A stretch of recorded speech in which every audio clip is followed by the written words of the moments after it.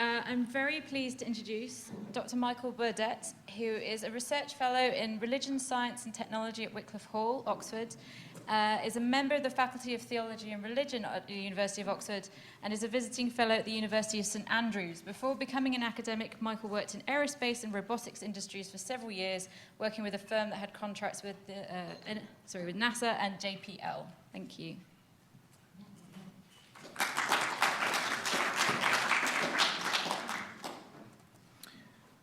Well, thank you so much to Faraday and to all of you for coming to this momentous event. I'm incredibly heartened that so many of you have come to think about the kinds of issues involved with AI, robotics, and religion. I'm just going to start with a brief video clip.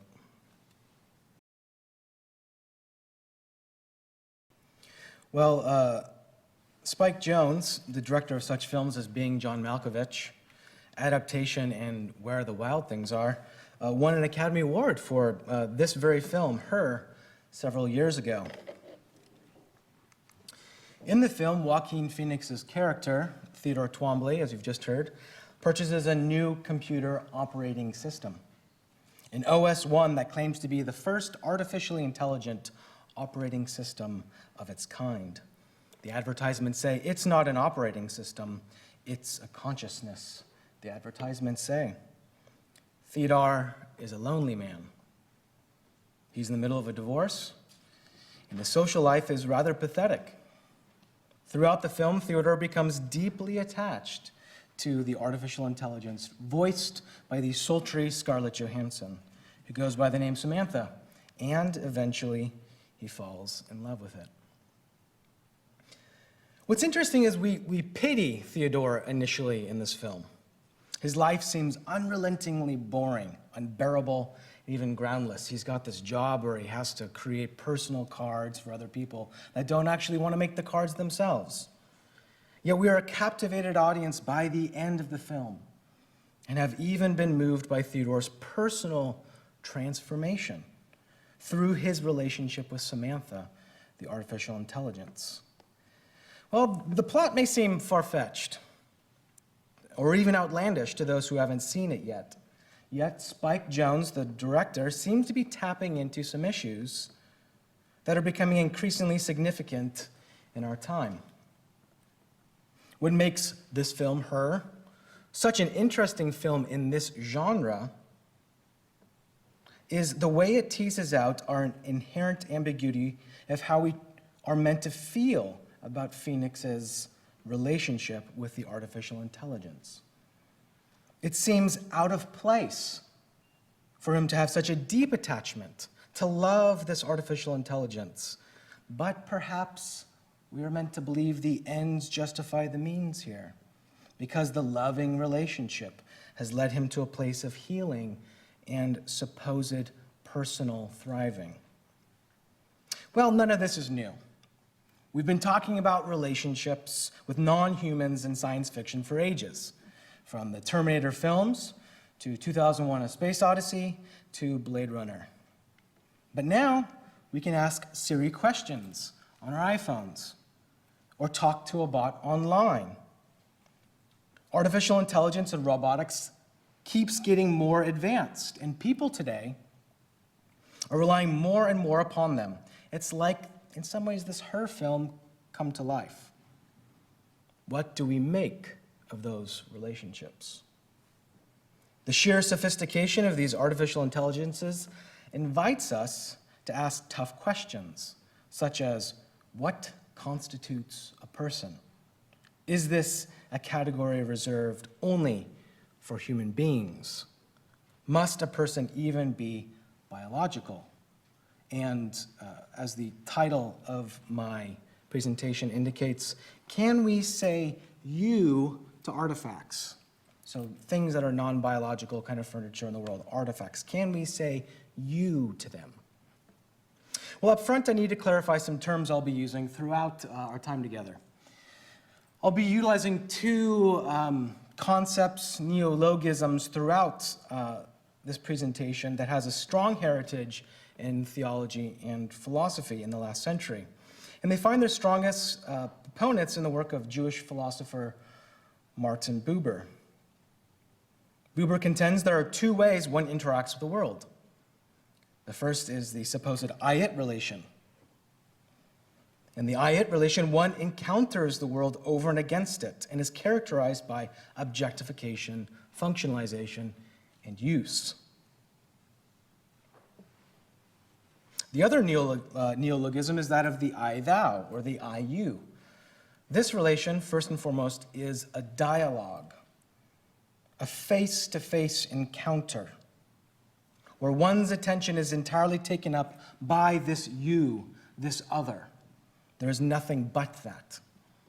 In the I-thou relation, one speaks to another rather than about this other. One says you directly to someone else and is locked attentively in a gaze that concentrates and is open to this you. Now, it may seem that the I-it relation is most properly applied to objects in the world, and further that the I-thou relation corresponds to that of human beings. Indeed, the I-thou relation is most commonly and straightforwardly applied to human interaction. But an increasingly technologically cluttered environment entails greater relation with artifacts in this world, the seeming domain of the I-it.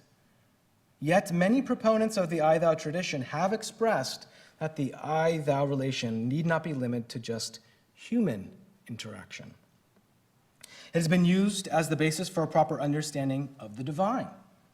And we are told we can have this kind of relationship with natural objects such as plants, rivers, and mountains as well. We'll be talking a bit more about this later. Yet very little attention has been devoted to the made. Can we have this relationship to human created objects as well? Well, this presentation will explore to what extent the I-thou relationship should be applied to domains other than the human and the divine, focusing particularly on artifacts and technology. I'll argue that some kind of thou speaking, you speaking, for artifacts is needed, primarily to combat rampant consumption and reduction of the world to pure utility. But it will be equally argued that there are limitations to applying the I-thou relation to artifacts, precisely when doing so keeps us from having genuine relationships with other people. I'll advocate that we have more person-like relationships with artifacts, but that this thou speaking is different and limited when compared with the human sphere. To do this, I'll first look at two figureheads of the I-thou tradition, Martin Heidegger and Martin Buber, and lay claim to what they say about artifacts and how we relate to them at present and how we ought to relate to them. Then I'll turn to the work of Stephen Pattison and Alfred Gell, who advocate for more person-like relationships with artifacts and come to an understanding of how persons rely upon objects for their very personhood and why it is appropriate to speak about objects in terms of persons. And then third, I'll rely on the work of Sherry Turkle to examine the limitations and drawbacks of treating our artifacts as persons, particularly when it comes to highly complex artifacts such as we see with social robots. And then finally, perhaps the most interesting to you will be I'll draw several conclusions about whether we can speak you to artifacts, what doing so would contribute to a theology of creation, and how far ought we speak you to artifacts. So that gives you a kind of overlay of where I hope to be going in the next 40 minutes or so. Let's turn to Heidegger first. So Martin Heidegger is one who has deeply reflected on the human being's relation to the world and has devoted substantial attention to artifacts and technology. As one of the founders of the philosophy of technology, Heidegger judges the modern era to be a destitute and stunted time, precisely because it reflects a limited range of approaches to people, objects, and ontology, the study of being. Indeed, Heidegger's most pressing problem is with modern technology in that it limits our perceptions of the world to just resource, meant for commodity and function. Heidegger tells us this has ontological repercussions, because there is a certain forgetfulness of, he says, being the kind of reality, the things that are out there. It's an inattentive posture to the authentic world given before us. The modern technological condition levels everything to just a single level: its use, its function, its standing reserve, as Heidegger would say. In many ways, what Heidegger is calling us away from in this critique of technology, and in his other later works, is an obsession with a kind of I-it relation towards a more I-thou demeanor. What is important to note is that this suggested demeanor is not limited to just human individuals for Heidegger. Indeed, Heidegger has much to say about how we approach artifacts and non-humans, as he does the human world. We see this in his commentary on one of Van Gogh's paintings, and in a particular pair of peasants' shoes. We see it also in a vignette where he's talking about a tree, or in his commentary on temples and jugs of water. What Heidegger aims to do in these later works is to kind of reawaken in us a kind of I-thou approach to beings in the world, and what he refers to as Gelassenheit, or releasement, a different kind of posture in the world. Then that's different is this incessant functionalization. How can I use it? And this is just as important with artifacts, this demeanor, as it is with human beings for Heidegger. Well, let's turn to Martin Buber next. Martin Buber also finds an unsettling obsession with functionalization in the modern world as well. Indeed, a central premise of his dialogical philosophy, and in his text, I and Thou, is that we need to cultivate these I-thou relations in a world that increasingly favors the I-it relation. What is unique about Buber's dialogical philosophy is that it does not depend entirely upon the ontology of those entities that are met in defining those relations. While we would expect artifacts and the natural world to be the comfortable domain of the I-it, as I've said, Buber claims the I-it relation can extend to intra-human relations as well. This isn't strange. People objectify each other all the time. And in a similar fashion, Buber's other definitive relation, the I-thou, would seem to be the most appropriate for human interactions. And while this is certainly the case, he does not limit this relation to just human-to-human interaction, but instead extends it to non-human beings as well. For instance, the question Buber received the most from colleagues was in regard to Buber's contention that one could have an I-thou relation with a tree. Buber says in his famous text, I and Thou, I can dissolve the tree into a number. Throughout all of this, the tree remains my object and has its place and its time span, its kind and condition, but it can also happen, if will and grace are joined, that as I contemplate the tree, I am drawn into a relation, and the tree ceases to be an it. In response to these criticisms these other people would have of him, that accuse Buber of something like panpsychism, right? That consciousness is endemic to all of reality, or is in just about everything. Buber would always ask the questioner, the skeptic, to answer or to examine their own life or experiences where they have had this relation to non-humans, perhaps pets, certain kinds of works of art. Buber never gave up this contention. In fact, he even extended it to artifacts. This is most manifest in the afterword to Buber's I and Thou, where he explains something called the geistige Wesenheiten. Very difficult thing to translate because it uses Geist, which could be intellect or spirit. Wesenheiten is about as abstract as you get to kind of essence. So it's kind of intellectual or spiritual essences or forms. So Buber states while viewing a Doric column, what had to be achieved was what I was able to achieve.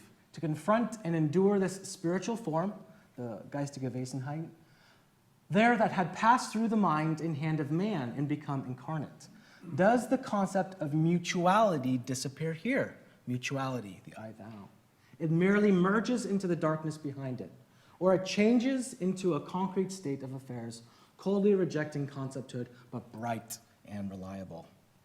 Here with this example of a Doric column, we see Buber's attempt at almost a kind of sacramentalization of a thou relation in a particular created artifact. As the quotation implies, mutuality does not escape one's relation to it. Indeed, Buber says, the work does not permit me, as a tree or man might, to seek relaxation in the it world. It is imperious. If I do not serve it properly, it breaks or it breaks me. One must devote one's entire demeanor, one's entire being to it as it addresses and confronts one from within its form. Almost maybe a kind of message, but something that can't be detached from the very form itself or what the thing is. In this way, it is said to be part of the world, right, of a kind of artifact as form. But it is the relation one takes towards this form, that of the I-thou, which conveys the continued presence of the one who has created its form.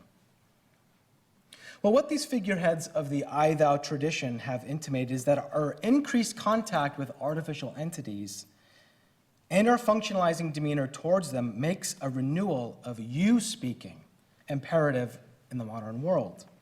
Our obsession with technological thinking, as Heidegger would say, needs to be balanced and challenged with other ways of relating to the world. That, for Buber and Heidegger, is more primary, they would say, more primordially human. Indeed, at the origin of this I-thou tradition, this I-thou philosophy, we see a clear but tenuous relation with non-human objects, where these philosophers say we can have thou relations with artifacts, but are worried that they may be part of the modern problem as well.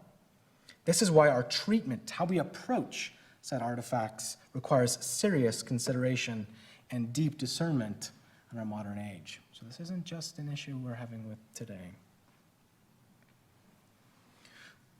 Well, it remains to be said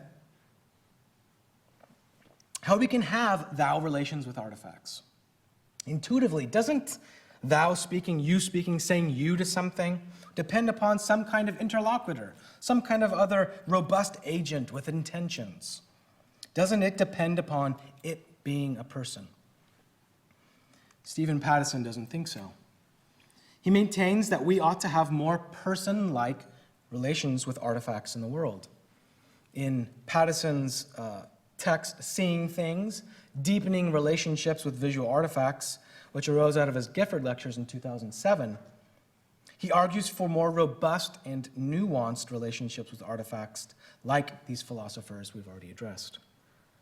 He states within the first few pages that we need more person-like relationships with the created visible artifacts that share the human world for the sake of the artifacts themselves, as well as for that of the humans who created them. For Pattison, these person-like relations with artifacts are already a central feature of our everyday lives. He explains that it isn't just idolaters, animists, or fetishists who treat artifacts with person-like qualities, but that the average modern individual of the cultured West does this as well. He cites the phenomena of people naming their car, referring to them as a he or she, imbued with a particular personality. If it has difficulty starting in the morning, you might say, he or she is cranky or still waking up.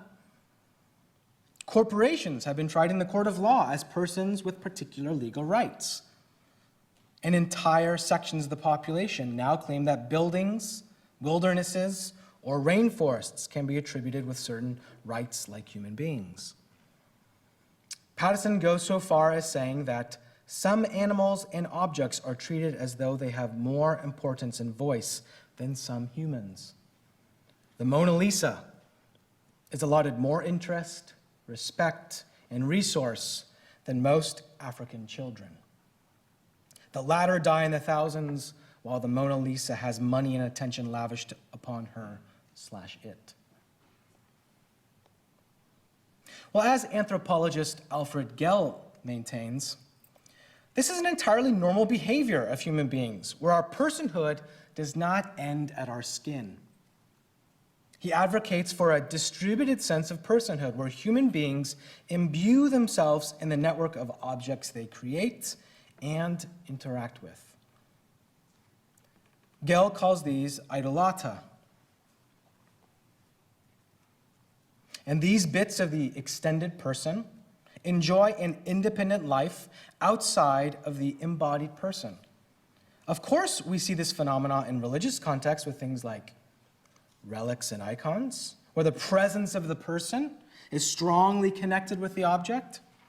But it can be found in less religious contexts with things like celebrity signatures, portraits that adorn the walls of Cambridge colleges, perhaps, and even in the authoring the text that we write. There's a connection between the person and the production. These idolata can continue to convey the person-like traits of the primary subject even after the primary subject dies. This is visible with relics. But they can also take on new meanings, right, in different social contexts outside of their intended original purpose. In this way, I'm kind of reminded of seeing the icons of St. Catherine's Monastery in Egypt. If any of you know anything about icons, these are some of the most well-preserved and some of the oldest icons we have that are still being used in liturgical worship. Well, they loaned these icons to the Getty Museum in Los Angeles so that the viewing public, could go and see them and not have to make these pilgrimages out into the far-flung reaches of the desert in northern Africa. So I'm reminded of seeing the icons of St. Catherine's Monastery at the Getty Museum in Los Angeles a number of years ago. I was struck by how differently those in the museum viewed these icons when compared with their original function in the monastery. The gaze of the Western art critic and the social context of the native Southern Californians jockeying for position to consume and then dispose of these objects could not be further from how the iconographers and the monks related to these objects. Could the presence of the saints in those images be seen and felt in the Getty Museum? The social context seemed to make all the difference for the objects in this very case. Well, however we decide to afford thou speaking to artifacts, I think we can agree that some kind of person-like treatment of artifacts is called for in our modern age. This kind of you speaking to artifacts can help combat the functionalizing of our environment, which has led to severe resource depletion. And it can help us appreciate the individual, unique creativity of not only natural, but man-made objects as well. Furthermore, allowing these artifacts to speak to us in person-like ways gains us a certain appreciation for those persons who have created or come into contact with those objects after their creation. They help us to connect to other people from across the globe and history. Well, these issues, however, become much more complex once we introduce highly sophisticated technologies where the function of these artifacts is inherently social, as we see with sociable robots. Here we have objects where the intention of the creation is to be seamless with our expectations of what constitutes a person. These robots may have eyes, a human-like face, convey intention through mechanical movements, and have realistic-looking skin. They prey on our inherent propensity to anthropomorphize, and as such, we are captivated by them. Sherry Turkle, the MIT psychologist, has been researching human interactions with these sociable robots for the last 30 years. In her most recent book, well, it's actually not her most recent book, but her next most recent book, Alone Together, Why We Expect More from Technology and Less from Each Other, Turkle outlines how both children and adults are quick to treat these robots as persons, and her corresponding reservations with how we let them fulfill the role actual humans ought to play in our lives. She gives countless examples of children and adults employing a functionalist ontology in reference to these sociable robots, in what she refers to as alive enough. So children in her lab will often describe robots as being alive enough to love or mourn. They will say, it's alive enough to be a friend. Clearly, these children have never seen something like the Terminator movies. This troubles Turkle, for she explains it elucidates a growing, slippery ontological slope in these children's treatment of entities they come across in the world. As an example, Turkle recalls a particular telling scene while she is queuing with her daughter at the American Museum of Natural History in New York. Her daughter sees two tortoises, which they've actually imported from the Galapagos Islands as part of an exhibition on Darwin. A way to really engage, children and people with, the wonders of evolution. And her child goes up to the two tortoises and inspects and scrutinizes them and exclaims, "They could have used a robot."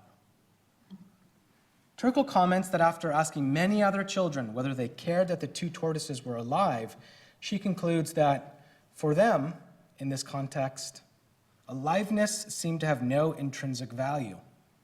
Rather, it was useful only if it was needed for a specific purpose. This functionalist ontology is not only being reflected in the demeanor of children towards these robots, but Turkle finds similar comportment with the elderly.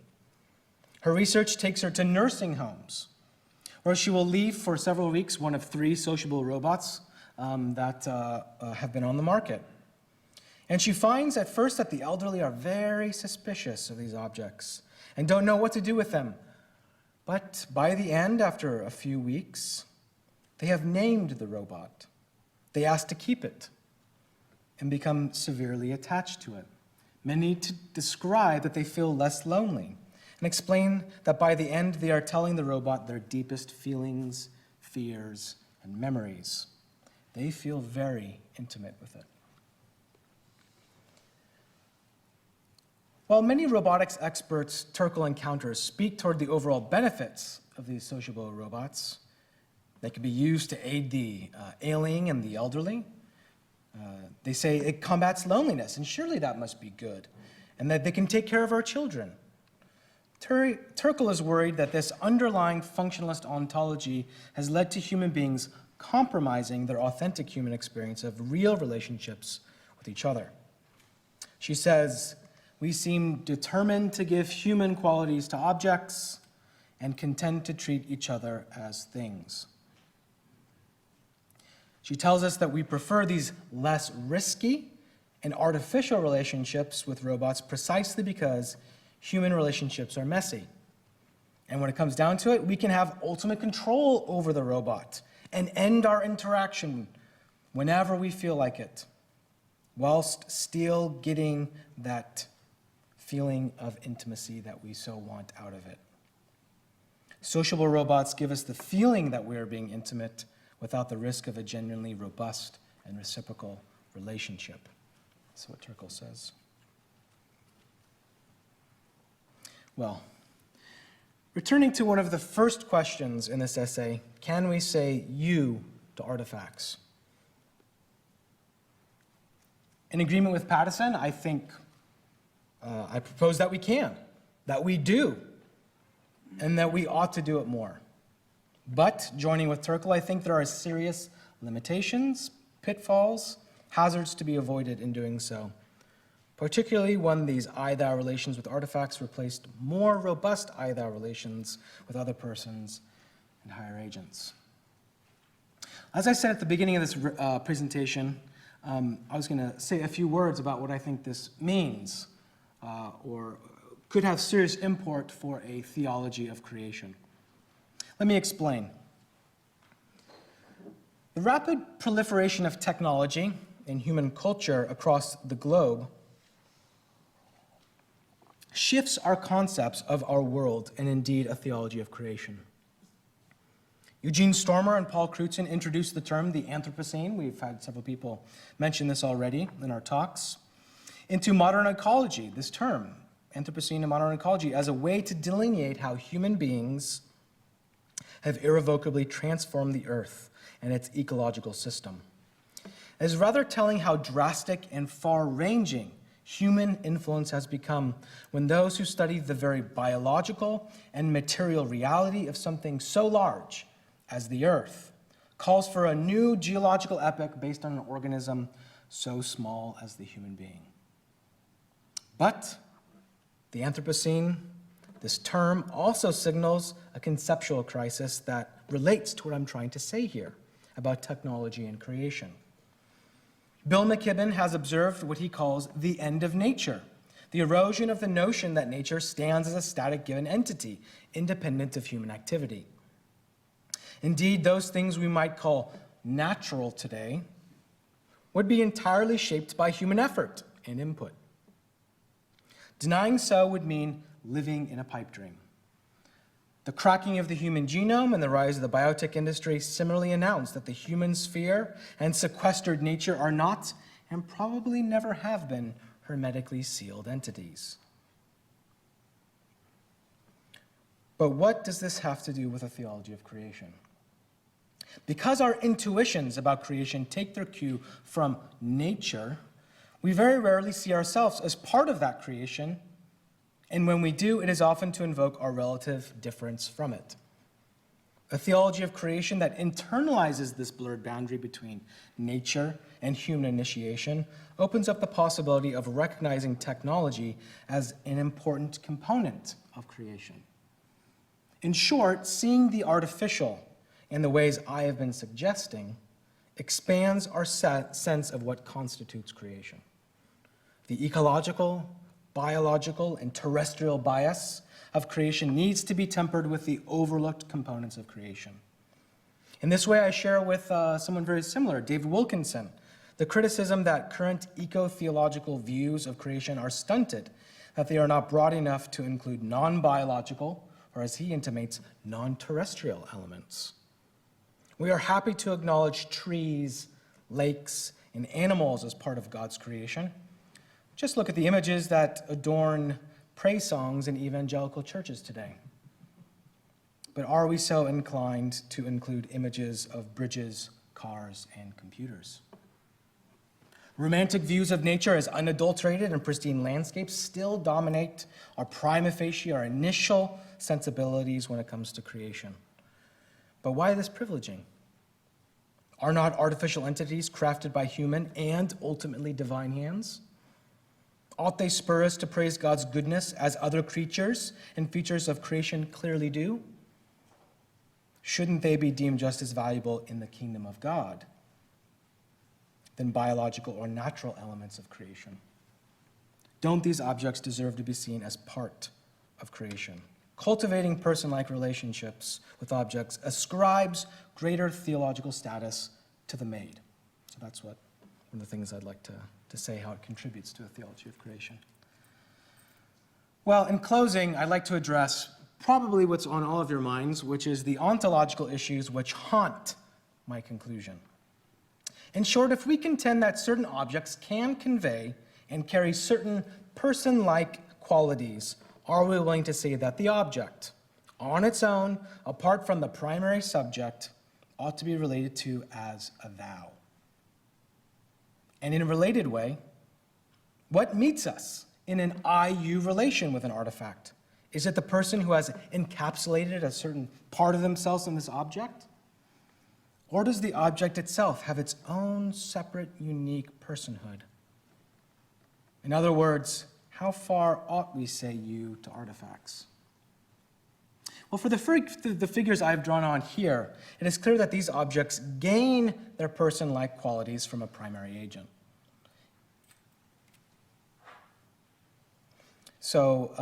Pattison says something along the lines of, artifacts do not have a life of their own, but because they are closely bound up with their human creators and users, they come to have some independent and autonomous agency, or even a personality, he says, of their own.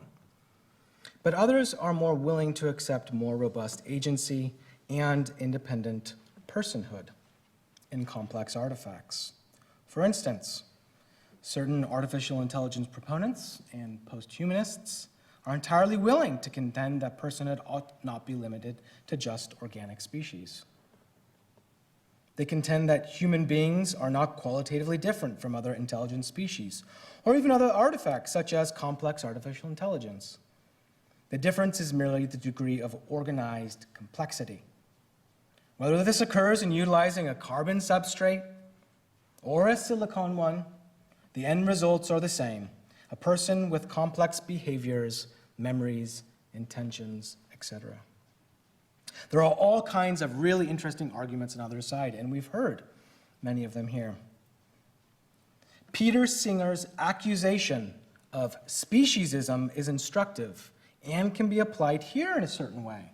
If robust capacities necessary for personhood or for invoking dignity are found in a particular organism or entity, and certain rights or special consideration are denied them, even though they are equal or similar to, say, humans in these capacities, then the only grounds for the ethical disjunction is its inclusion in a particular species. That's speciesism. You can see the weight of this argument, for it seems to reek of something like racism or sexism. This argument is often applied to animal rights, but it could just as easily be applied perhaps to the artificial, such that one might be accused of a maybe ontological speciesism or an artificial speciesism. It's difficult to say whether we should go all the way with these posthumanists and others like them in saying that along with cultivating person-like relationships with artifacts, we afford them the same ontological status as human beings, that they maintain the same level of personhood, or that they could maintain the same level of personhood. There are a few things I'd like to say about this. On the one hand, I recognize that our ethic and the way we treat another is dependent upon how we see them in relation to what might be termed the chain of being or the hierarchy of being or something. In other words, our comportment to a person or object is apt or proportional to their perceived capacities and location on this hierarchy of being. Animals enjoy some person-like capacities with human beings, but one cannot expect a fully fledged human relationship with an animal, precisely because they are lower, they have less capacities. Maybe they don't even have the right kind of form that would be able to give them the ability to do so. We make these kinds of judgments all the time, and I think there's probably really good pragmatic reasons we do this. I can't imagine a world where if we threw all this out the window, we would get very far. But in a similar vein, I understand that this ordering of the hierarchy of being can and has been used towards egregious, very egregious, and unloving ends, such that entire sections of the population, or even certain people groups, have been treated as nothing but beasts, dismissed as incapable of the same capacities, relations, and respect of other persons. In other words, how we draw the lines on this hierarchy of being, or indeed how we police it, has vast ethical consequences and repercussions in how we treat these persons or objects. What is more, I'm also convinced by a kind of Augustinian move that true interpersonal and individual flourishing occurs when our desires are properly ordered, when we love the right things in the right ways. And this seems to relate in some ways to a kind of chain of being, or at least it does for Augustine. When we don't, it leads to sin and stunted growth. We don't flourish, or at least we don't flourish as best as we could. Perhaps this is precisely why we, or I, feel such tension with the film Her. We are told by Augustine and others that misplaced love hinders the development of the individual. Yet here in the film Her, we are met with a person who has been seemingly transformed for the better and is clearly flourishing because of loving an artificial entity in a way that we would reserve for a human being. So in line with post-humanists, ought we remove our speculations about the ontology of what meets us in our relationships and try to have just full person-like relations with everything that we come upon? Is anything less a true I-thou relationship? Is there a hidden violence in qualifying these I-thou relations we meet that we might have with entities lower on this hierarchy of being? Are we really just allowing certain I-it elements to creep in if we do so? Does this just lead to a less horrendous objectification, but is still objectification no less? This is my worry, and I don't have an easy answer here. Thank you.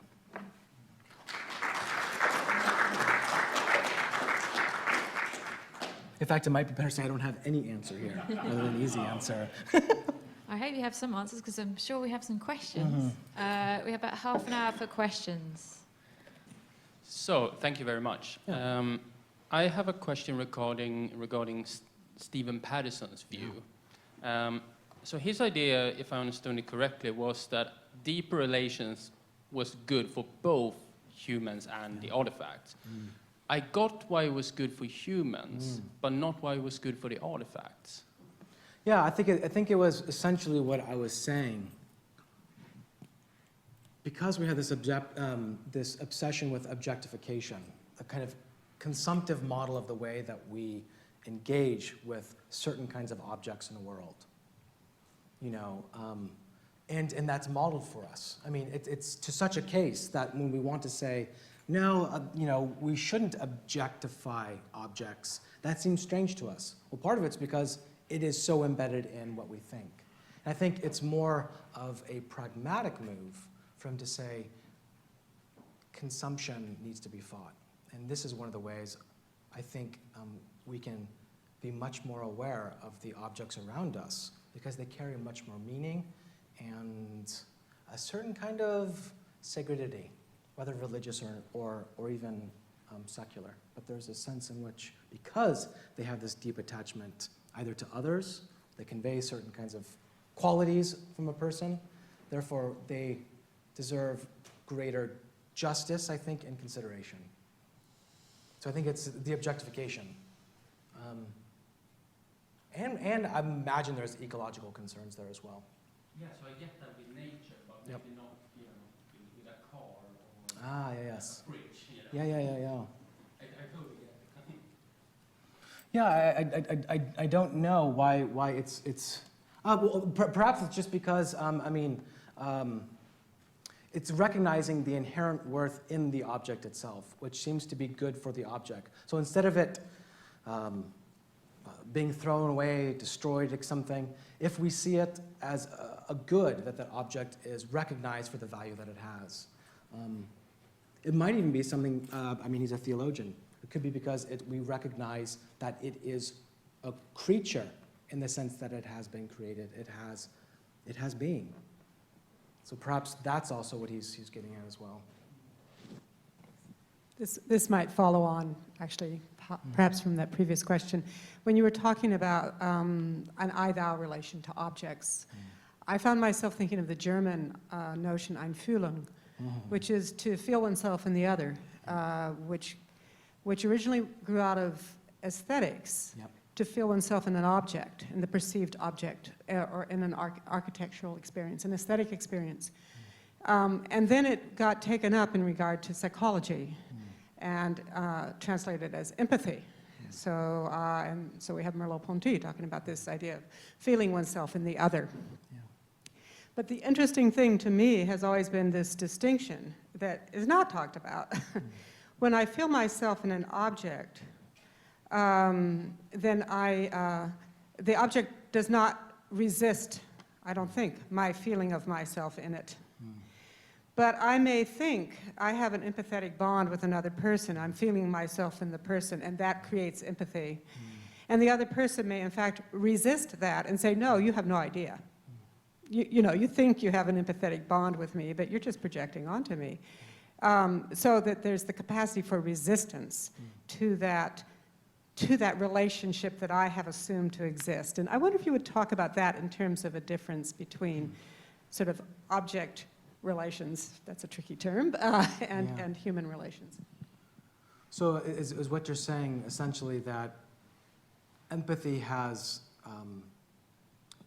depends upon the certain kind of capacities for whatever the interlocutor is to be able to see ourselves in their situation, or is it something which is much more primary? An understanding of empathy in terms of feeling oneself in another person is quite different in a sense from feeling oneself in an object, because the other person is not, can resist. Yes. Can resist that projected relationship I'm projecting on them. Yes, exactly. Yeah, so in some ways I think this is what Buber in some ways is talking about in that quotation. With the form, actually it's not up there. It's one that I said. He said, the thing is that there's content to this object. There's something it's conveying. So it's not that we can project anything onto it. There are certain kinds of ways in which any kind of hermeneutic or any kind of thing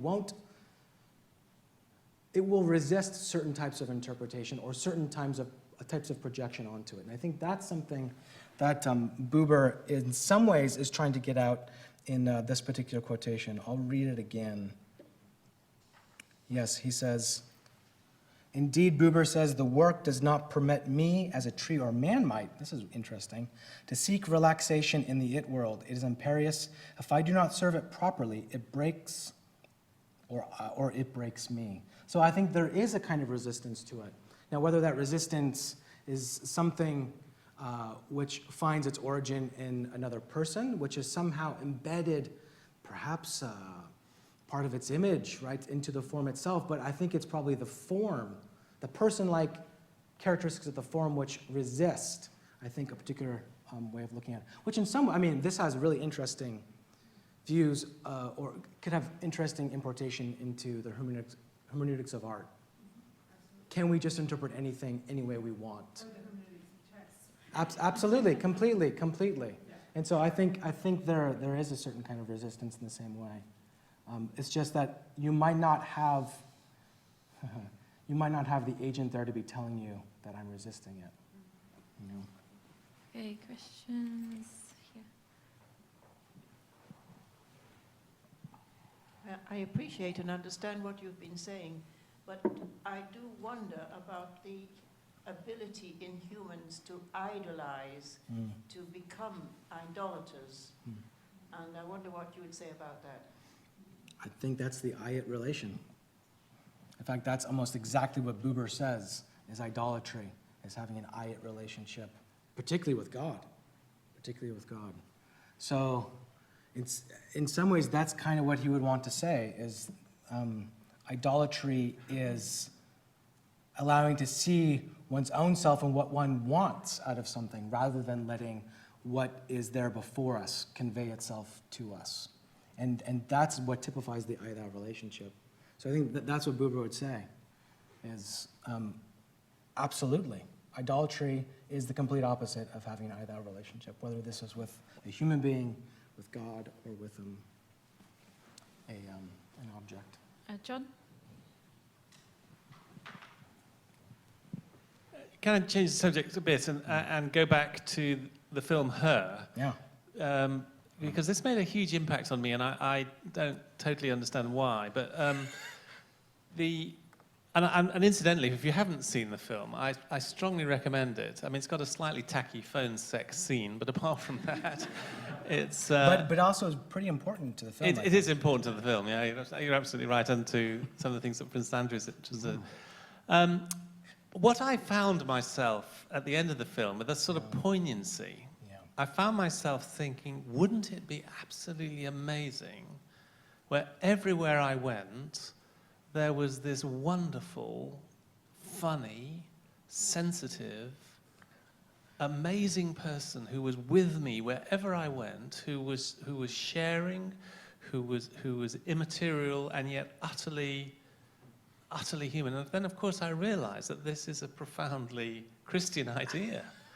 I mean, the concept of the friend that sticks closer than a brother, the concept of the you know me better than I know myself, the spirit who is with us, and so on. So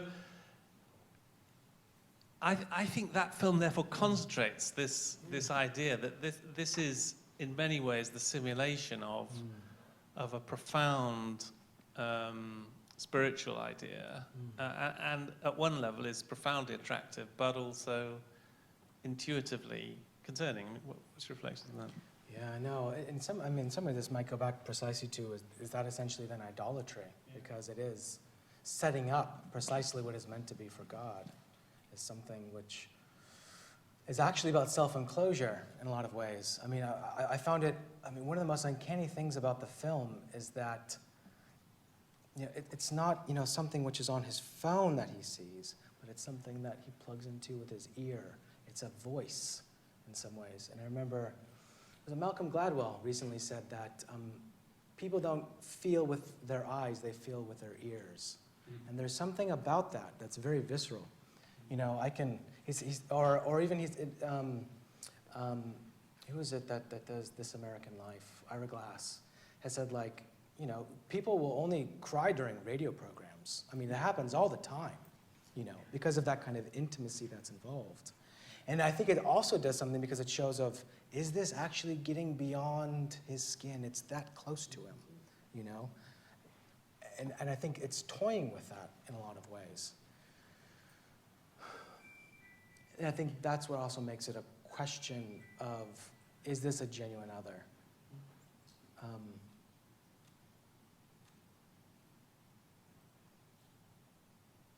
mean, he sees it as another. I mean, he's changed by it. So just, in other words, idolatry is a bigger issue. It is. Just, am I... Yes. I think it is possible to have idolatry Exactly. relationships. In fact, Yeah. I mean, surely that's a commonplace, isn't it? I mean, if I idolize my significant other, if I invest all my worth and significance in this relationship, that's idolatrous. It's still a very IU relationship, but it's an idolatrous IU relationship. Yeah, well, in some ways, I mean, that's kind of like this idea of disordered love, right? So it's treating that relationship more than it deserves. So it should be something which is reserved for something higher, right? Correct. Which could be for the love of God. I mean, Augustine, though, will often then say, like, well, there might not be an issue there by loving, in other words, loving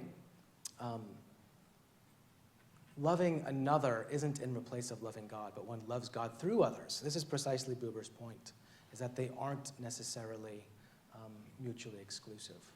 But you're right. But I don't know if it answers the question as to how far ought one do it. And I think that I have a lot of hesitations like you when it comes to that. So Nigel's arm shoot right up. There you go. Thank you. I mean, if one can put to one side the normative question, which you just accepted you're not entirely certain about, and just project. I mean, it's plain we're going to have very, very effective simulacra running around us in X years' time, X being not a number greater than 50 and perhaps as small as 10, who are indistinguishable for many purposes from us.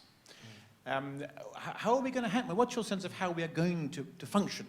Those of us who have or have not been reading Buber and thinking about the trees and so on. Exactly. Well, I think this is what's interesting, right? Is will that actually help our consumption of other objects in other areas, or will it just mean that those particular objects we're not going to be consuming? It's because we're going to be treating, our, robotic pet like we would just another pet, which we would never hazard, destroying or killing.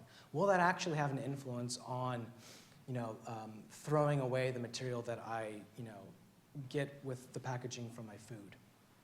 And I'm not so certain. I think we're psychologically pretty good at boxing things out. So in some ways, I don't think the Pattersonian or even a kind of Buberian line gets us kind of all the way there, so to speak, because that kind of consumptive model is something which is much more embedded, I think, in social power, political power, capitalist creations of desires, things like that. Yeah, that's probably what I would say to that. Do you think that one problem in the things you've been discussing is this, that we are starting off with something which is conceptually too restrictive in the first place? So, for example, before the advent of robots, I might hear about the world being divided up into I, thou, and I, it. And I might contemplate a worm or a cat and say, you know, these are not its, but they're not thous either. So is one problem we have here is that we are trying to capture a range of phenomena with a conceptual system which is too restricted, at least in its verbal expression, forcing us to say something like, well, now, is the robot an it or a thou? And even before the coming robots, we might have asked whether we should ever be forced to divide up the world in that way. I have other questions to ask too, but that's the only one I'll ask for now. Yes, I don't think there's enough conceptual clarification on just the, either we have its or we have thous, or either we treat things as its or we treat them as thous. Clearly, it's much more plural than that. And in some ways, I'm saying that's precisely the kinds of things we need to be looking at, is what does that plurality look like? And in some ways, I think to what John was saying yesterday, at what point can we start saying that something is a kind of on the way, a person like it, and then it flips over to, you know, a very, very rudimentary kind of, but it's still a person or has, or something, and it kind of flips over. So, I mean, this is always so hard to do in kind of any kind of categorization, what the boundary cases. But still, I think the idea of a gradient or some kind of scale, and the thing is I think we intuitionally do this all the time. I mean, in some ways, this is kind of where the uncanny kind of factor kind of plays in, where our expectations of a particular object or agent or something like that, we want to treat them in a certain way. But then we realize, oh, they don't have the capacities as an it. I need to modulate the way I interact with them. But do you not think, though, that the scale, as you presented it anyway, maybe some different scale would work, but the scale as you presented it, do you not think it militates against the basic division of I, thou, I, it? It's either scale or the thou-it distinction, seems to me, in the way you were putting it over. Yeah, well, I mean, the traditional I, thou, and I, it philosophy wants to completely bracket idea of measurement, bracket the whole idea of even the things that are meeting there, because something breaks down.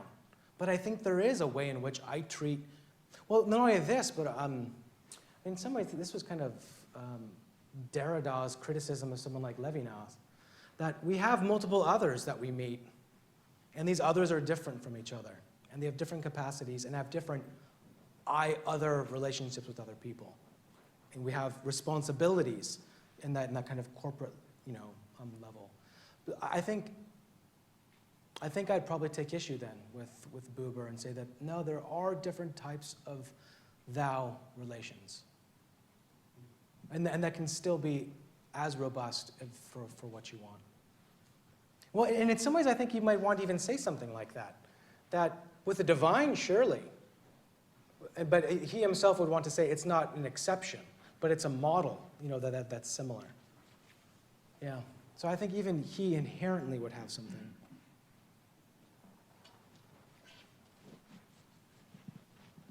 So many thanks for your talk. I wonder if what neuroscientists could say about our perceptions in our relationship with artifacts, which could be the same with our relationship with human person in terms of neuroimages. You mean, can we scan people's brains and see if there is some kind of physical correlate of, when this particular brain state shows us that they're in a thou relationship or an I? Yeah, if it's the same neuronal. Yeah, I mean, being a theologian rather than neuroscience, perhaps there's other people in the room that could... I'm a neuropsychologist, and I do some cognitive neuroscience and fMRI brain work, and I'm sure it could make a very interesting experiment if it hasn't been done already, that you would take, you'd have to individualize it for people. You'd have to take their treasured artifacts and then probably present them to the person in the scanner and compare it to, you know, relationship with people or whatever. There are all sorts of practical issues, design issues, which might make it a difficult experiment, but I could see it in principle that you could do it. One thing you were talking about this triggered two ideas. One is that our artifacts are, of course, they're out there in the real world, but very often we're talking about people's treasured memories and how they represent the artifacts and the common understanding and appraisal of that material, which is residing in their brains, so to speak, in their memory systems. And the other one which struck was the idea of transitional objects, which has obviously been studied developmentally. You know, children with teddy bears and so forth and so on, comfort objects, but also in adulthood, talking about objects concerning mourning, the meaning of objects in relation to other people. So all of those are kind of psychological objects, as it were. They're part and parcel of a person's identity and meaning as a group identity as well, a shared identity. So in a sense, that's why we respect objects. We're talking about respect for objects. That seems to be some of the mechanisms of respect. Are there any, in terms of psychology, are there, I mean, I don't know if you're a clinician or anything like that, but are there particular boundaries that can kind of see, you know, that this could be an issue? I mean, when you say this could be an issue, what? Well, for instance, if children, you know, just wouldn't get rid of their pacifier or their dummy or something, would kind of keep, you know, or wouldn't get rid of, you know, these kind of objects. Are there, I don't know, certain kinds of maladies or yes, I mean like in mourning, one of the processes of grief is the transitional object, but also being a kind of more fixated on that object can then become maladaptive for that person and cause difficulties down the line. So if there's some, for example, a complicated grief reaction, that can be the case. That's one example of that. It's part of the developmental trajectory of a child, is that they may have to relinquish some of these transitional objects to develop as a person. So objects can, it's how you relate to objects can have a deep sort of psychological aspect. But thinking about people with dementia, for example, one of my feels is that we perhaps don't pay enough respect for people's eye-object relations. And we strip away the objects within an individual, and they're left with their impoverished memories. And very often having these objects around the person can be a great benefit to their quality of life and their sense of self. So I found your talk very interesting in that respect. Thank you. Thank you very much for the talk. I mean, I was just thinking about your speciesist idea with Peter Singer. I mean, in the 1920s, actually, Joseph Stalin sent his top breeding animal scientist to Africa to try and breed an animal, well, a human chimpanzee, so a sort of human Z. And the aim for him was, first of all, to sort of build up an army of human Zs, because his Red Army had been depleted in the 1920s. But the second aim, and this was all verified in some of the discussions, was to try and undermine all religions. Because religions believed, Christianity, the Jewish religion, Islam, that human beings are special. And if you could bridge the gap between human beings and animals, you'd sort of undermine the fact that human beings are special. And his aim was not to bring up all the animals to the level of human beings, but to bring down everybody to the level of animal. And so that was the aim. His aim was to undermine all religions by undermining the speciesist perspective. And, so I think it's personally, I think it's very important to be, and after this conference, to be a robotist. Yeah, so be an active sort of racist against robots. And I think, and I've been encouraged actually through a lot of what I've heard in the last few hours to be just that. Because otherwise we are in danger of undermining how special human beings are. And we've got to always remind ourselves how special human beings are. I mean, I ate some beef sandwich, some ham sandwich, and a salmon sandwich at lunchtime. I did not eat a human sandwich. Why? Because human beings are special. Cows aren't, even though they might be cute. Even pigs sometimes are cute when they're small. They are not special.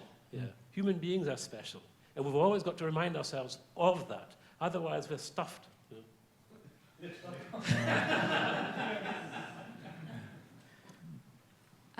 Down here, and then we'll go there for the last one, I think. Well, actually, let me respond to that real quickly. The special in what way, I think, is essentially, because I mean, there's lots of, the issue with that is then saying that, does God not care about these other things? I never said that. I know you don't, absolutely. No, I'm not saying that, but there are other types of things that are special in different ways as well. Do I want to affirm human distinctiveness? Absolutely.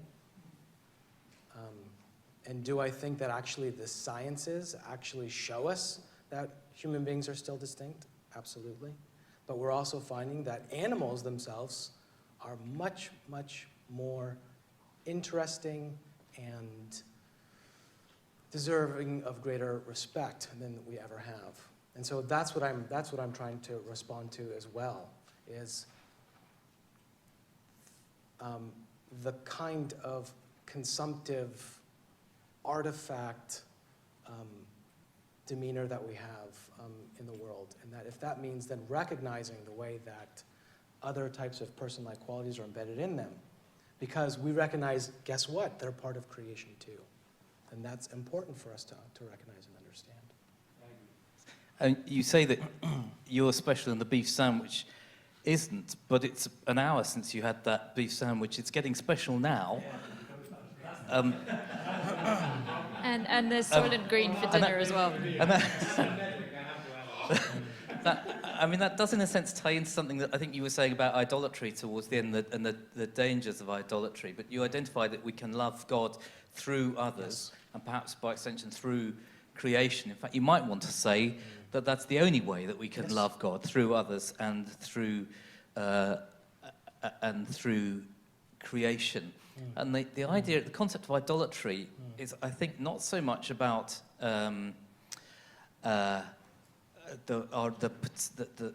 relationship that we have with a created item. It is singling out one created object amongst the others, because every common bush is afire with God. And the problem that Joaquin Phoenix has is the intensity of his relationship with Samantha. So I wonder if it's more helpful to say human beings are special, but we're special within a created world of specialness. And we, in a sense, need to have I-thou relationships with a wider spectrum of creation, the whole of it. Yeah, and I think in many ways that's what I'm trying to argue, is that there is a relation that everything that is created has towards God, and that actually idolatry is not recognizing that openness or that relationship itself. So in fact, not to recognize something as being alive and something that's been created as being alive and in touch with God is John. Well, I don't know if alive, but it has a very important relationship. But at least in Orthodox Christian thinking, there is a distinction between what is the part of the natural creation which God made, and versus what I created, because there is this strong trend in the Old Testament of what I make becomes an idol. What I make becomes, I bow down before. This thing that I have made, that, and the prophets ridicule, don't they, this human tendency to take artifacts and invest in them. Until you look at things like the temple, like God didn't choose to. In fact, he says, the pagans make idols, on the high places, but there's a very specific technical way. I want you to build this thing, and my presence will be on it. So I think it's much more nuanced than that. But you're right. But this drive, I think it's because it's something like the Tower of Babel is the human desire to make ourselves God and not recognize that God is in that very tower and in that building itself. But it serves to separate us from the fact that God is the creator of all things. Yeah, so that's what I'd say. Afraid we'll probably have to draw it to a close there. You can obviously talk to Michael as the weekend progresses. Can you please all join me in thanking him very much? Thank you.